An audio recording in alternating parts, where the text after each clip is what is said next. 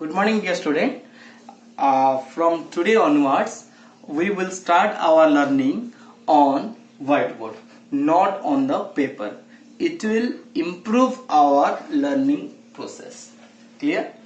आज के बाद मैं जो भी वीडियो पोस्ट करूंगा वो व्हाइट बोर्ड पे क्लास किया जाएगा और तुम्हें क्लास में रहने का फीलिंग्स आएगा.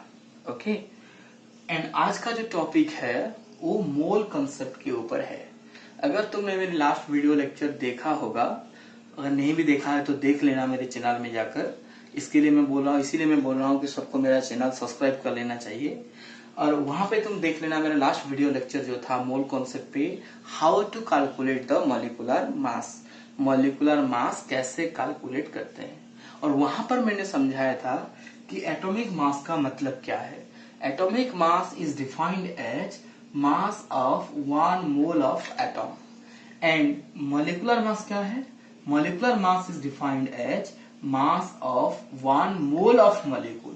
तो यहाँ पर जो टर्म था हम लोगों के लिए वो कंफ्यूजन हो रहा था कि सर एक मोल क्या होता है और उस मोल के बारे में आज का क्लास बेस्ड है. तो इसीलिए मैंने आज के क्लास को हेडिंग दिया है मोल कॉन्सेप्ट. सो आज हम डिस्कशन करेंगे इस मोल के बारे में.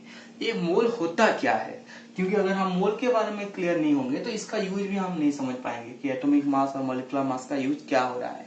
Okay so let's start our topic on mole concept and let's go emphasise on this letter मोल.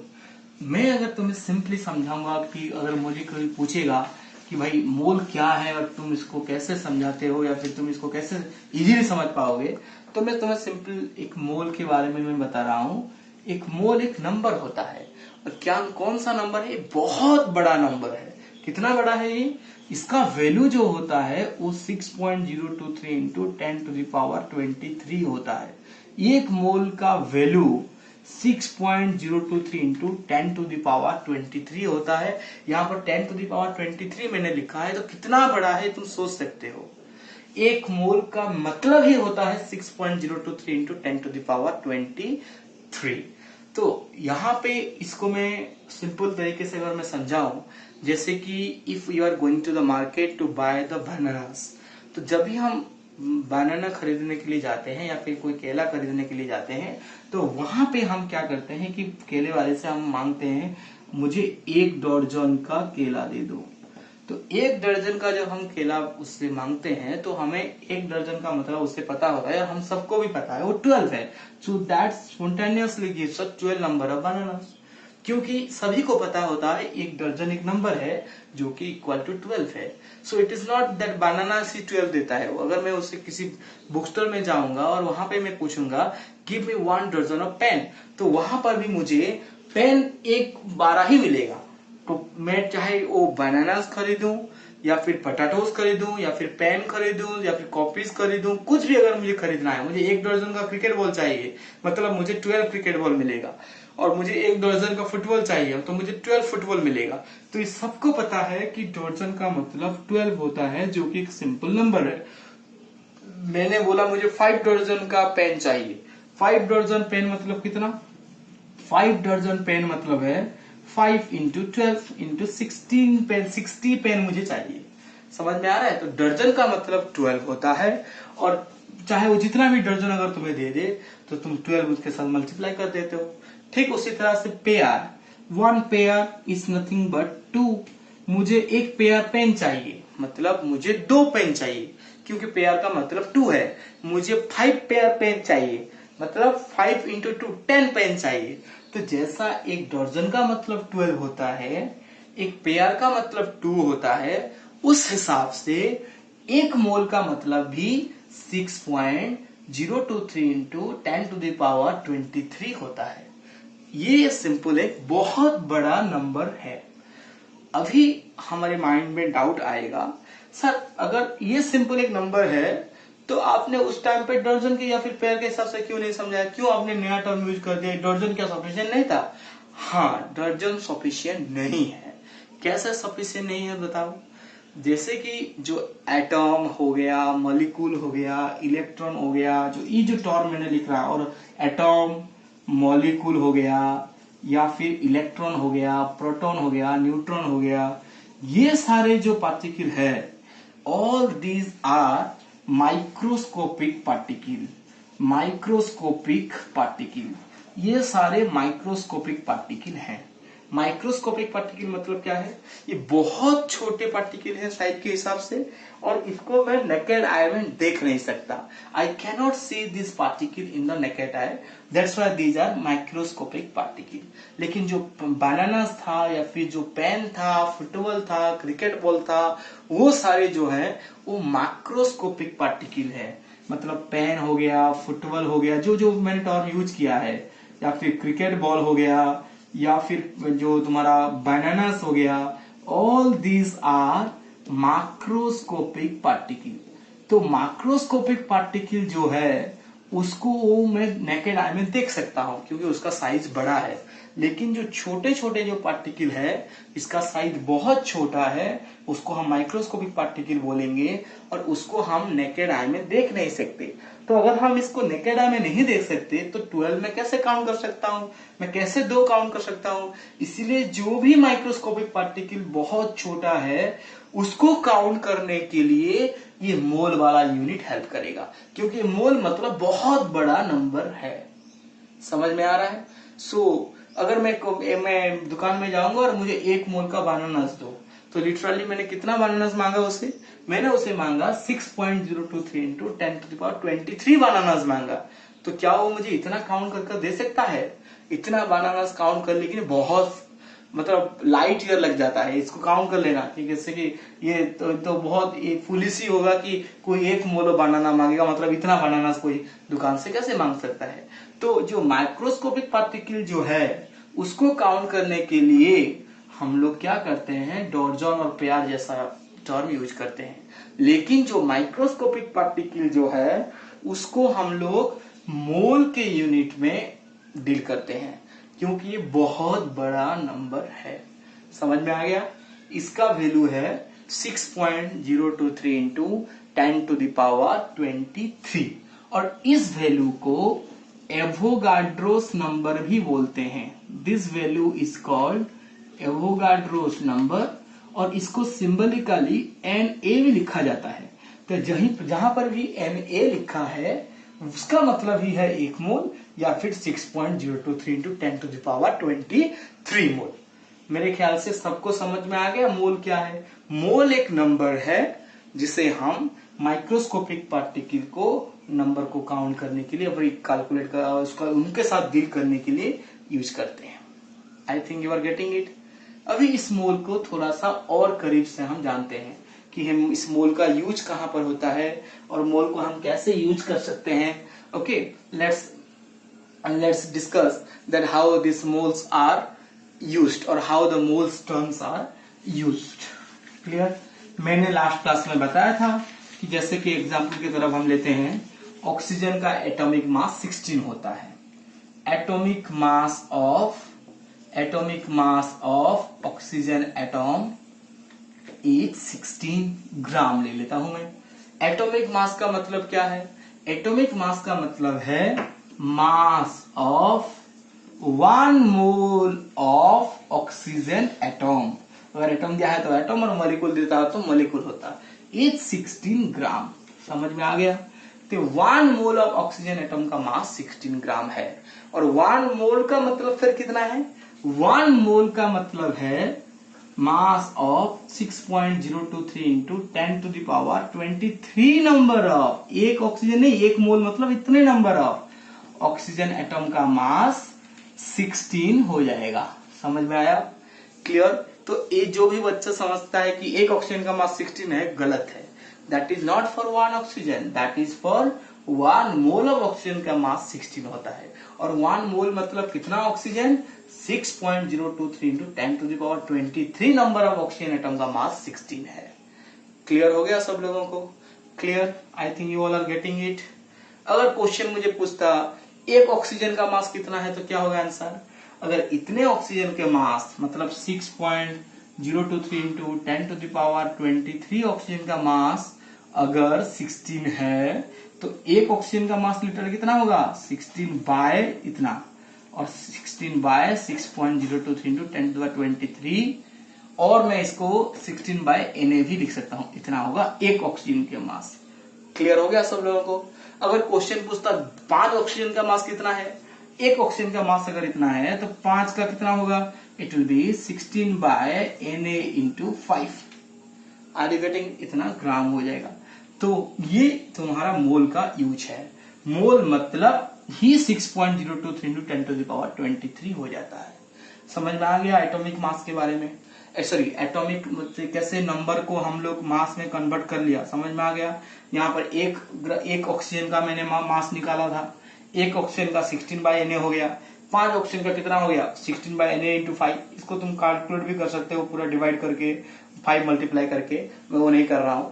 तो इस तरह से हम नंबर को मास में कन्वर्ट कर सकते हैं। ये तो एटम का था। अगर मुझे मॉलिक्यूल का दिया जाता कि जैसे कि मान लो मुझे क्वेश्चन पूछता कि और 5 mole of calculate the mass of 5 mole of water. यहां पर मुझे वाटर का मॉलिक्यूल आ गया। जब भी एक से ज्यादा एलिमेंट है तो उसको हम मॉलिक्यूल कहते हैं। तो वाटर का मुझे 5 मोल वाटर का मास पूछा है। तो मैं एक्चुअली मोल कॉन्सेप्ट को प्रॉब्लम थ्रू ही समझना ही बेहतर है, और इसको जितना ज्यादा प्रॉब्लम सॉल्व करोगे तुम्हारा कॉन्सेप्ट उतना स्ट्रांग होता जाएगा। क्लियर? तो यहाँ पर वाटर दिया है, तो फर्स्ट थिंग तुम्हें जानना होगा कि वाटर का मॉलिक्यूलर मास क्या है। Molecular mass of water is equal to कितना है? एक हाइड्रोजन का 1 होता है, 2 हाइड्रोजन है यहाँ पे 2 into 1, ऑक्सीजन का 16 होता है। ये लास्ट क्लास में मैंने बताया था। तो 18 ग्राम है। तो मॉलिक्यूलर मास ऑफ वाटर अगर 18 है, इसका मतलब क्या है? इसका मतलब है mass of 1 mole of water it's 18 ग्राम। लेकिन क्वेश्चन में कितना मोल का पूछा है? क्वेश्चन में पूछा है 5 मोल का कितना है? 5 मोल ऑफ वाटर का मास कितना है? 1 मोल का अगर 18 है, 5 मोल का कितना होगा? 5 into 18 इज इक्वल टू 90 ग्राम हो जाएगा। समझ में आ रहा है तुमको कि 90 ग्राम ऑफ वाटर का, सॉरी 5 मोल ऑफ वाटर का मास 90 ग्राम है। क्लियर? मान लो क्वेश्चन में 5 मोल नहीं पूछकर मैंने आई दे दिया इसको, और डबल आई में क्वेश्चन पूछा है। Suppose you are asked 10 to the power और 6.023 into 10 to the power 30 number of water. मतलब ये मॉलिक्यूल दे दिया है। यहाँ पर मोल का पूछा था, यहाँ पर मॉलिक्यूल का मास पूछा है। इतने मॉलिक्यूल का मास कितना है? कैसे सॉल्व करोगे इसको? तो ये तो मॉलिक्यूलर मास यही सही आएगा। Molecular mass of water is 18, मतलब 1 मोल वाटर का मास 18 ग्राम है। 1 मोल का कितना मॉलिक्यूल होता है? 1 मोल का होता है और mass of 6.023 into 10 to the power 23 molecule of water is equal to 18, क्योंकि 1 मोल इज इक्वल टू यही वैल्यू है। तो इतने मॉलिक्यूल का अगर 18 है तो 1 मॉलिक्यूल का कितना आएगा बताओ? 1 मॉलिक्यूल का कितना आएगा? 1 मॉलिक्यूल का आएगा 18/6.023 इंटू 10 to the पावर 23 आएगा 1 मॉलिक्यूल का। क्वेश्चन में कितने मॉलिक्यूल का पूछा है? 6.023 into 10 to the power 23 molecule का पूछा है। तो आंसर क्या होगा? 6.023 इंटू 10 to the पावर 30 का पूछा है क्वेश्चन में। 30 का मॉलिक्यूल ऑफ वाटर का मास मैं यहां पर कर रहा हूं इसको।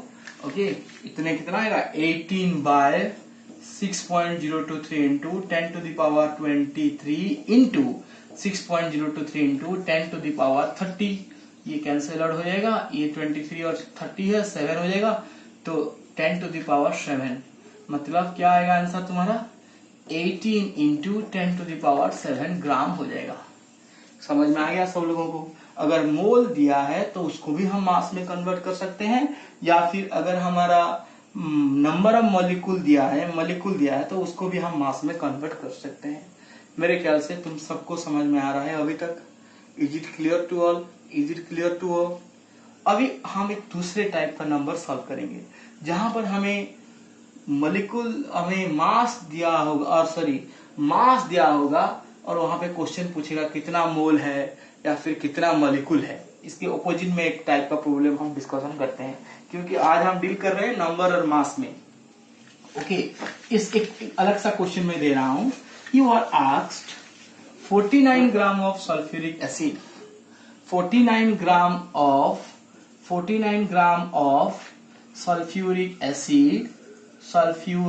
acid is equal to dex mole of sulphuric acid, मैं साथ में लिख रहा हूं, सल्फ्यूरिक एसिड तुम लिखना, और and dex molecule of sulphuric acid. तो इसको हम कैसे सॉल्व करेंगे? Okay, how to solve this, let's discuss. 49 gram of sulphuric acid is equal to dex mole of sulphuric acid and dex molecule of sulphuric acid. पहले मैं इसको lengthy तरीके से सॉल्व करता हूं, फिर इसको मैं शॉर्ट में सॉल्व करूंगा। जैसे कि तुम्हें पूछा गया कि सल्फ्यूरिक एसिड दिया है, तो प्रॉब्लम सॉल्व करने के लिए यहाँ इस प्रॉब्लम को सॉल्व करने के लिए पहले एक स्टूडेंट को सल्फ्यूरिक एसिड का फॉर्मूला आना चाहिए, जो कि है H2SO4। ठीक है, एक मॉलिक्यूल दिया है, तो first thing you have to do here molecular mass of H2SO4, क्योंकि यहाँ पे मास को नंबर के साथ रिलेशन किया है, नंबर, मोल और मॉलिक्यूल जो है वो नंबर में पूछा है। तो फर्स्ट तुम क्या करोगे, मॉलिक्यूलर मास ऑफ H2SO4 निकाल लेना। ऑफ H2SO4 कितना आएगा, इसको सॉल्व करो, 2 into 1, सल्फर का 32, ऑक्सीजन का 16 into 4 64, ये जोड़ लेना, 98 ग्राम आ जाएगा। समझ में आया? सो मॉलिक्यूलर मास इक्वल कितना आता है, मोल होता है, 1 मोल होता है, तो 1 मोल का 98 ग्राम होता है। तो मुझे पता है मॉलिक्यूलर मास से कैसे सॉल्व करेंगे इस प्रॉब्लम में। यहाँ पर मास को मोल नंबर में पूछा है, मतलब 98 ग्राम इज इक्विवेलेंट टू 1 मोल। 90 ग्राम 1 मोल होता है, लेकिन कितने ग्राम का कितना दिया है क्वेश्चन में, 49 ग्राम का दिया है, तो 1 ग्राम का कितना होगा, 1 ग्राम का होगा 1/98 मोल। 49 ग्राम का कितना होगा, बहुत इजी है, 49 ग्राम का हो जाएगा 1/98 इंटू 49, ये कैंसिल हो गया, तो 1/2, सो 1/2 मोल और 0.5 मोल, ये तुम्हारा आंसर है। तो कितना मोल अगर क्वेश्चन पूछा तो आंसर क्या हो गया, यहाँ पे 0.5 मोल हो गया। क्लियर, समझ में आ गया? अभी मॉलिक्यूल का पूछा है, कितना मॉलिक्यूल है, चलो सॉल्व करते हैं इसको। 1 मोल मतलब कितना मॉलिक्यूल है, 1 मोल मतलब एवोगाड्रोस नंबर का मॉलिक्यूल है 6.023 इंटू 10 टू द पावर 23, इसको मैं Na भी लिख सकता हूं। समझ में आया? तो 1 ग्राम का कितना मॉलिक्यूल हो जाएगा, 1 ग्राम का हो जाएगा 6.023 into 10 to the power 23/98 molecule हो जाएगा। क्लियर, सब लोगों को समझ में आ रहा है? फिर यहाँ पर क्वेश्चन पूछा है 49 ग्राम का कितना मॉलिक्यूल है। 49 ग्राम का जो मॉलिक्यूल है वो 6.023 into 10 to the power 23/98 into 49, clear, so by 2, और simply I can write Na, इसको मैं Na लिख देता हूं और इसको बाय 2 होगा, इतना मॉलिक्यूल आंसर हो जाएगा Na/2। या फिर तुम इसको सॉल्व कर सकते हो, सॉल्व अगर करोगे 2 3 अगर 2 है, 2 3 जा 0 0 2 3 था ये वाला 1 1, मतलब इसको हम 3.011 into 10⁻23 molecule of sulphuric acid भी बोल सकते हैं। क्लियर सबको हो गया? तो अगर नंबर ऑफ मोल पूछेगा या फिर नंबर ऑफ मॉलिक्यूल पूछेगा तो इस तरह से हम प्रोसीजर में अप्लाई करके कर सकते हैं। इसी सेम प्रॉब्लम को मैं तुम्हें एक ट्रिक के थ्रू, एक फॉर्मूला के थ्रू भी सॉल्व करके दिखाऊंगा। इसका आंसर ध्यान रखना है, 0.5 मोल है और Na2 है। क्या हम शॉर्टकट में कर सकते हैं? शॉर्टकट तो नहीं है, इसके ही बेस पे है, बस उसको मैं एक फॉर्मूला के तरीके से लिख रहा हूं। अगर मेरा क्वेश्चन नंबर ऑफ मोल्स पूछता है, नंबर ऑफ मोल्स अगर पूछेगा, इस फॉर्मूला को ध्यान रखना, नंबर ऑफ मोल्स अगर पूछेगा तो वो वेट गिवन बाय, अगर मॉलिक्यूल है तो मॉलिक्यूलर मास हो जाएगा, और अगर एटॉम होता तो एटॉमिक मास हो जाता। क्लियर? तो wait given by molecular mass हो जाएगा। और अगर तुम्हें नंबर ऑफ मॉलिक्यूल पूछेगा, नंबर ऑफ मॉलिक्यूल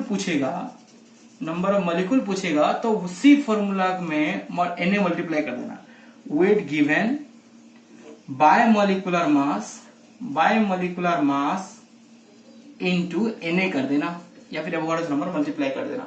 यहाँ पर वेट गिवन कितना है, 49 है, मॉलिक्यूलर मास कितना है, 98 है, तो देख लो डायरेक्ट फॉर्मूला हो गया, यानी कितना मोल पूछा है क्वेश्चन, तो नंबर ऑफ मोल्स निकालने के लिए क्या होगा, वेट गिवन कितना है यहाँ पे 49 है। ओके, और मोलिकुलर मास कितना है इसका 98 है। देखो आ गया आंसर 1/2 और 0.5 मोल।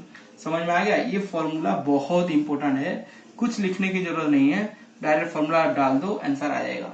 मॉलिक्यूल अगर क्वेश्चन पूछा है, अगर मॉलिक्यूल का क्वेश्चन पूछा है तो wait given by molecular mass into Na कर देना है सिर्फ, और देखो हो जाएगा 49/98 इंटू Na। यही तो आंसर आ रहा था, Na/2 आ रहा था आंसर, 49/98 इंटू Na, वही तो Na/2 आ गया आंसर। क्लियर, सबको समझ में आ गया। ये बहुत इंपॉर्टेंट फॉर्मूला है। एक्चुअली इस फॉर्मूला को याद रखने की भी जरूरत नहीं है, क्योंकि ये बहुत इजी सा है। जो प्रोसीजर में अगर तुम जाओगे यही तो आ रहा था, फिर भी इसको याद रख लेना। नंबर ऑफ मोल्स अगर पूछेगा तो wait given by molecular mass होगा, और अगर नंबर ऑफ मॉलिक्यूल पूछेगा तो wait given by molecular mass into Na हो जाएगा। Wait given by molecular mass into Na, wait given by molecular mass अगर है तो नंबर ऑफ मोल्स है, और wait given by molecular mass into Na अगर है तो वो नंबर ऑफ मॉलिक्यूल है। इसको यूज करके हम नेक्स्ट वीडियो में और प्रॉब्लम भी सॉल्व करेंगे। क्लियर, तो आज की और इस वीडियो में अभी तक हमने डिस्कशन किया नंबर ऑफ मॉलिक्यूल कैसे कैलकुलेट करते हैं, नंबर ऑफ मोल्स कैसे कैलकुलेट करते हैं, और उल्टा भी कैसे, मतलब जो मोल्स दिया होता है मास कैसे कैलकुलेट करते हैं। लेकिन इस फॉर्मूला के बेसिस में हम और ज्यादा प्रॉब्लम आगे भी डिस्कशन करेंगे। अगर तुम्हें समझ में आ गया तो वीडियो को लाइक करना, और इस चैनल को अगर सब्सक्राइब नहीं किया है तो सब्सक्राइब कर लेना। Thank you for this one.